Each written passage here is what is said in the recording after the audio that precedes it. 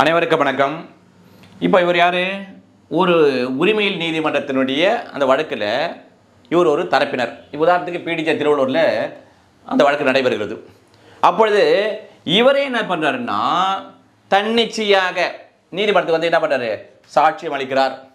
அப்போ நீதிமன்றமானது நீங்களாகவே தானாக வந்து தான் சாட்சி அளிக்கிறீங்க, அதனால் உங்களுக்கு 132 இருந்ததில்ல, எது ப்ரொஃபஷனல் கம்யூனிகேஷன்ஸு, வழக்கறிஞருக்கும் கிளைண்ட்டுக்கும் இருந்த அந்த காப்புரிமை ப்ரிவிலேஜ் கம்யூனிகேஷனு, அது உங்களுக்கு வராது. அதனால் நீங்கள் வந்து வழக்கறிஞர் என்ன சொன்னார் கேட்க முடியுமா என்றால் கேட்க முடியாது. அவ்வாறு தானாக வந்து இவர் நீதிமன்றத்தில் சாட்சியம் கொடுத்தால் கூட அந்த ப்ரிவிலேஜ் 132 இருக்கிற ப்ரிவிலேஜ் இவருக்கு இருக்கும் என்று சொல்கின்றது தான் என்ன பிரிவு?